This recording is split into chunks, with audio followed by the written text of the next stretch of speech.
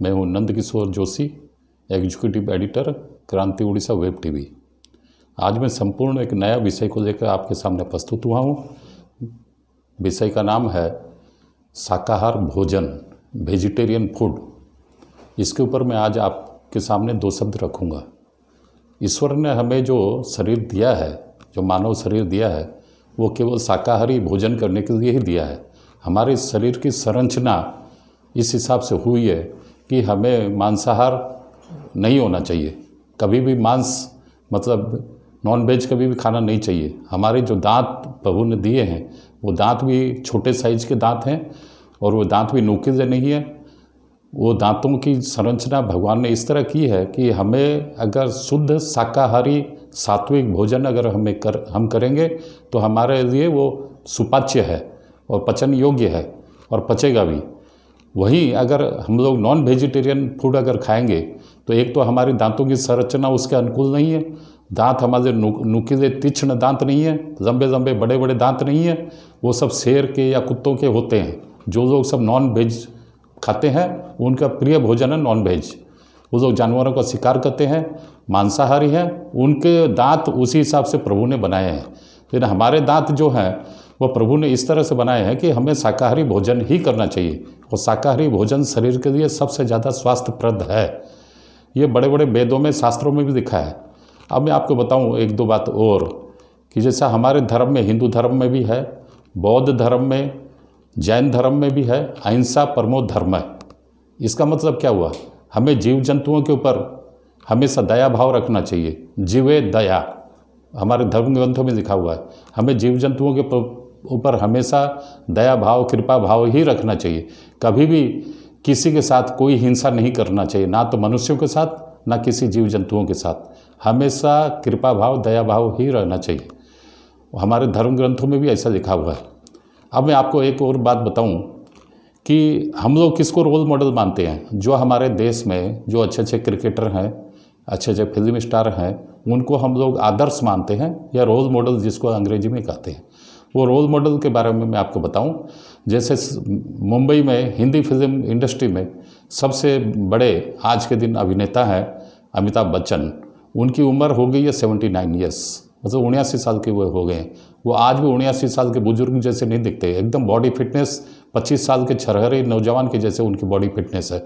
वो इसलिए है कि वो वेजिटेरियन खाद्य खाते हैं। अपने जन्म से लेकर आज तक वो कभी भी मांसाहारी नहीं रहे, हमेशा शाकाहारी ही रहे। शाकाहार पर उनको विश्वास है और उनके घर में भी शाकाहारी भोजन वो खाते हैं। बाहर में भी शाकाहारी भोजन ही वो पसंद करते हैं और वही खाते हैं।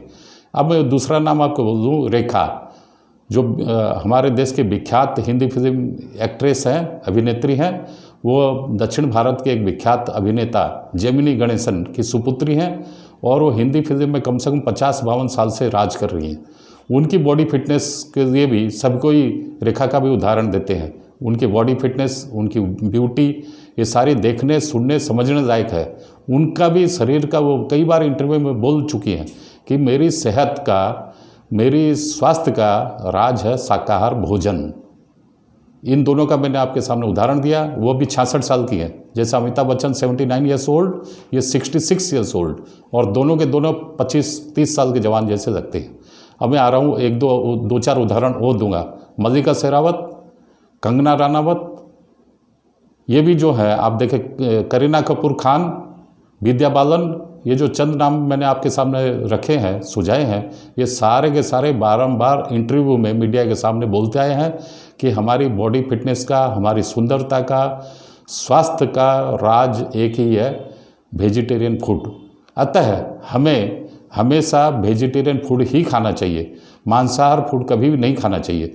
मांसाहारी जो होते हैं उनको नानादी रकम के रोग हमेशा जकड़ते रहते हैं। आप देखिए, किसी के साथ में भी अब तुलना कीजिए, एक मांसाहार व्यक्ति और एक शाकाहार व्यक्ति, अगर दोनों में आप तुलना करेंगे तो मांसाहारी से ज़्यादा शाकाहारी लोग ज़्यादा जीते हैं एवं शाकाहारी लोग ज़्यादा स्वस्थ भी रहते हैं।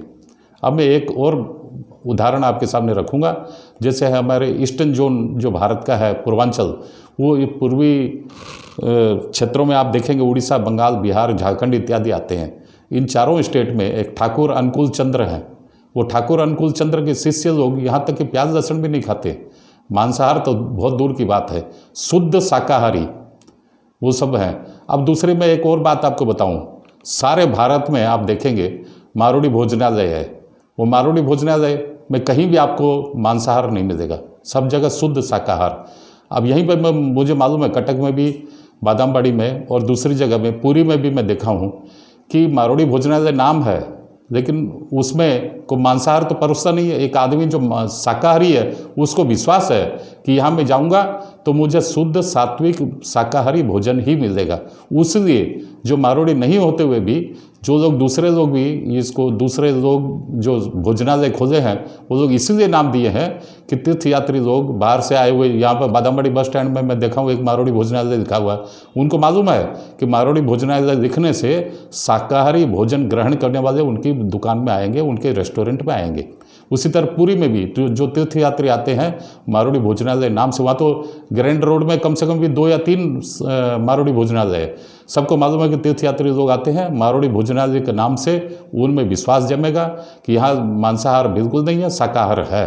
अर्थात आप चाहे मतलब कहीं भी आप जाइए, तीर्थ क्षेत्र में जाइए और कहीं भी जाइए भारत वर्ष में, तो सबको सब जगह शाकाहार शुद्ध भोजन आपको मिलेगा और शाकाहार स्वादिष्ट भोजन भी होता है, सेहतमंद भी होता है। अतः मैं सभी से निवेदन यही करूँगा कि मांसाहार को त्याग दीजिए, शाकाहार को प्रमोट कीजिए। धन्यवाद। जय हिंद।